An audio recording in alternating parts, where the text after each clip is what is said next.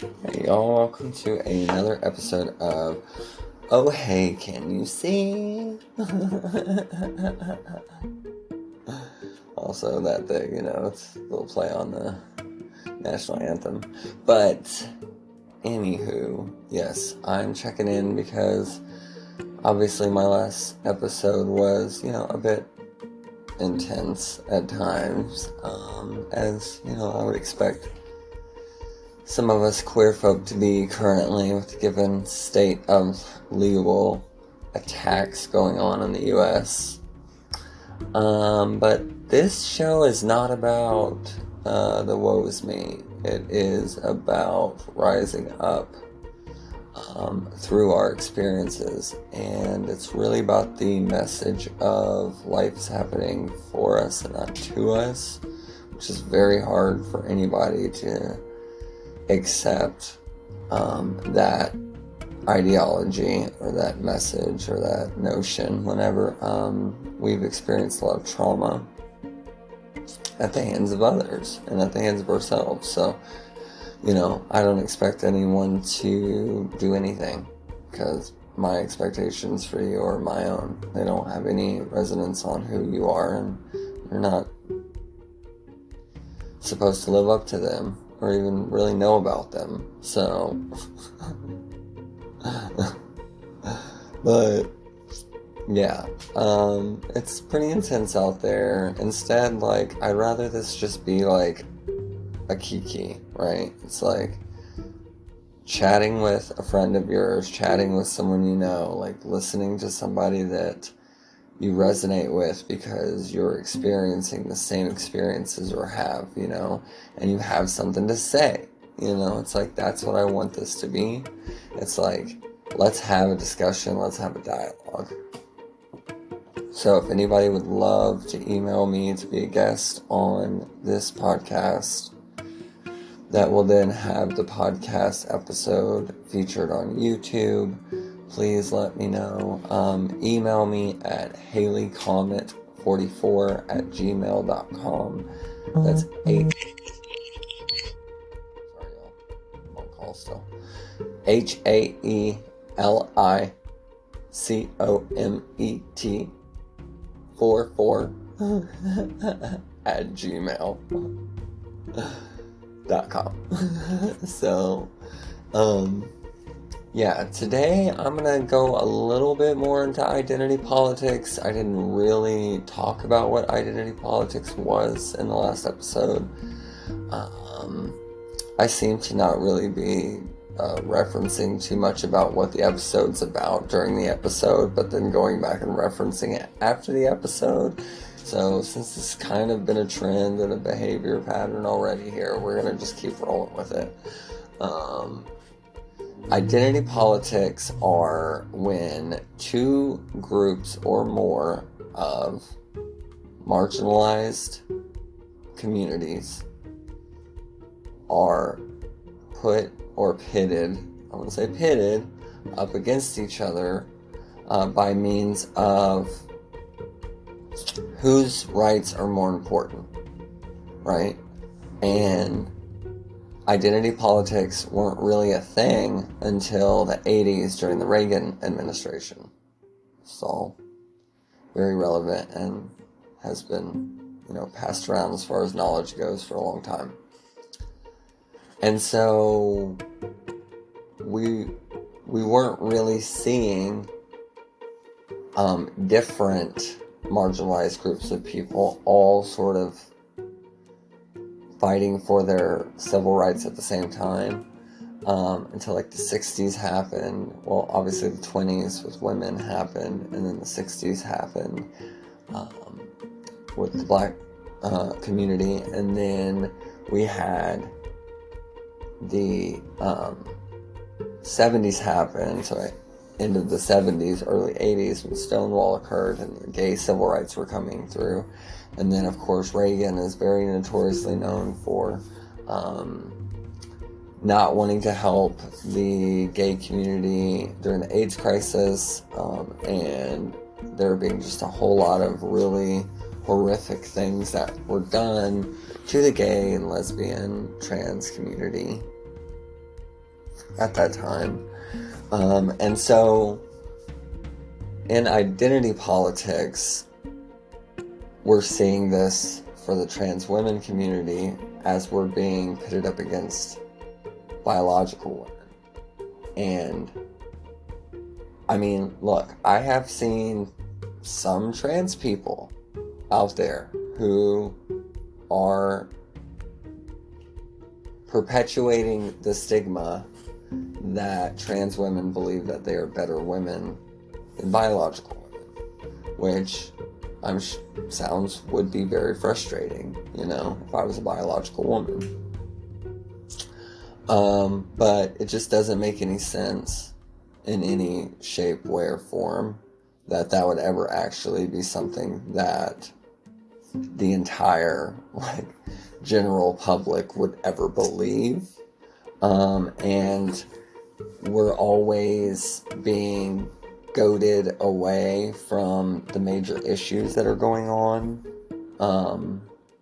by stigma and or conflict being created by groups of people, the media, Congress. It's just this never-ending cycle. And now with the Supreme Court, with this passing of the last couple of days, where it basically makes it okay to discriminate against anyone who's gay for being gay or queer or trans.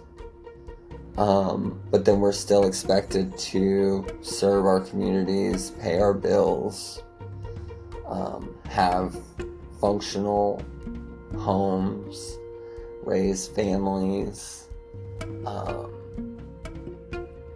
while everyone else gets to just exist and go about their day without having to worry about things like that.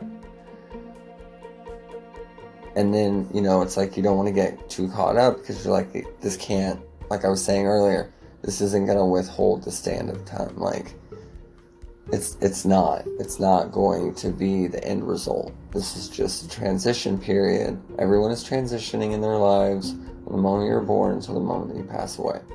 We're all in a transition period. Some of us are transitioning genders. So identity politics are very ingrained into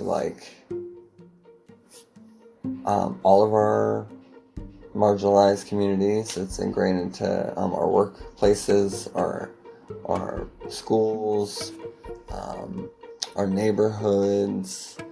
It's definitely ingrained into us. I'm trying to find the best way to describe it. It's like we create conflict within our own marginalized communities so that we can sort of go at each other and not really have any outside influences having to do much work for us. Okay, so it's like in the gay community especially, we have butch versus femme, right? And you have no fats, no femmes, no Asians, right? It's like you have all of these things that are considered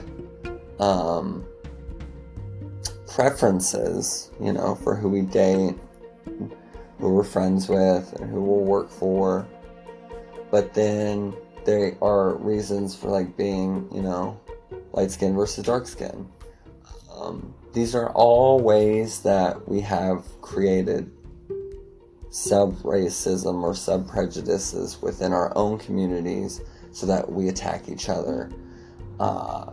When trans women in the last 5 to 10 years have all, we've all been going through really difficult and high number, outrageously high numbers of murders and suicides and unalivings and kidnappings, and no one really wants to help us because they think, oh, well, they want to be part of their own community, so let them thin themselves off. Or, you know what I mean? It's like, instead of everybody saying like, wow, this community has this many people dying every year and no one cares about them or what happened to them, and they just write it off as mental illness.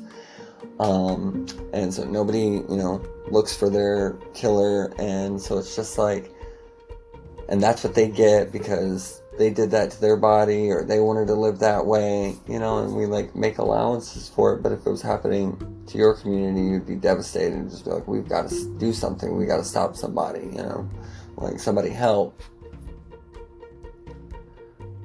It's like, if all of you listening to this knew who I was a year and a half ago, and for the first 38 years of my life, you would have seen a very different version of me.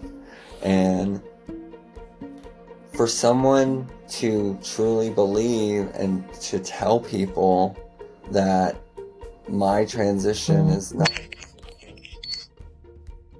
and then for someone to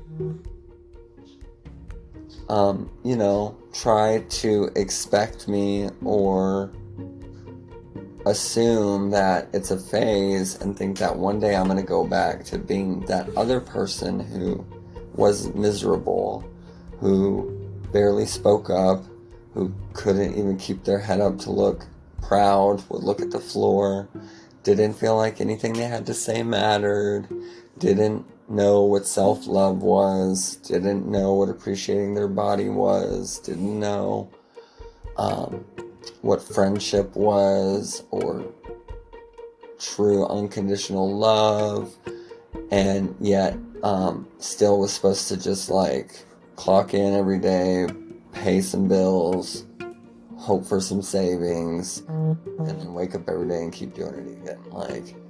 No. And no one's supposed to live like that. If you're supposed to want to get up every day, I would jump out of bed these days, I used to try to think of ways that I could get on a schedule or ways I could make myself laugh more than I would make myself mad, or, all of these things that I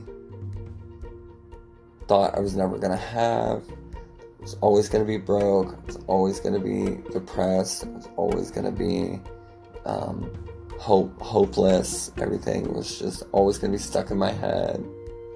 And now, maybe, I don't even get on to myself. I just give myself a pat on the back, I just fail forward. I'm actually now getting to apply all of the life lessons, the life coaching, everything that I've been trying to do and help people with for years. It's now I get to actually realize that I'm now applying it to myself and have done the lifestyle change and moving into a place where I am just totally free, and I'm worried about my community. I'm worried about queer people. But I am not worried about myself. I'm not worried. I have everything I need, and if I did go off this earth tomorrow, I would be very happy with where I was at in my life, and I would be very much pleased and felt like I made a difference, and just, I did not feel like that a year and a half, y'all.